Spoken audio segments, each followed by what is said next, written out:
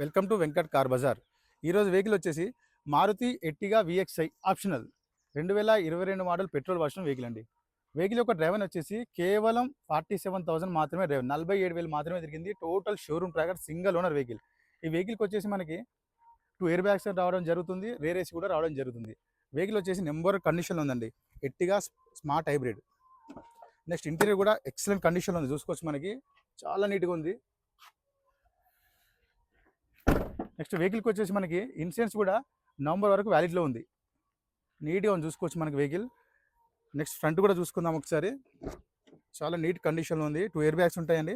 First one వచ్చేసి, second one వచ్చేసి 2 air bags ఉంటాయి. ఇంటీరియర్ మాత్రం ఎక్సలెంట్ ఉంది, చూసుకోవచ్చు మనకి చాలా నీట్గా ఉంది ఇంటీరియర్.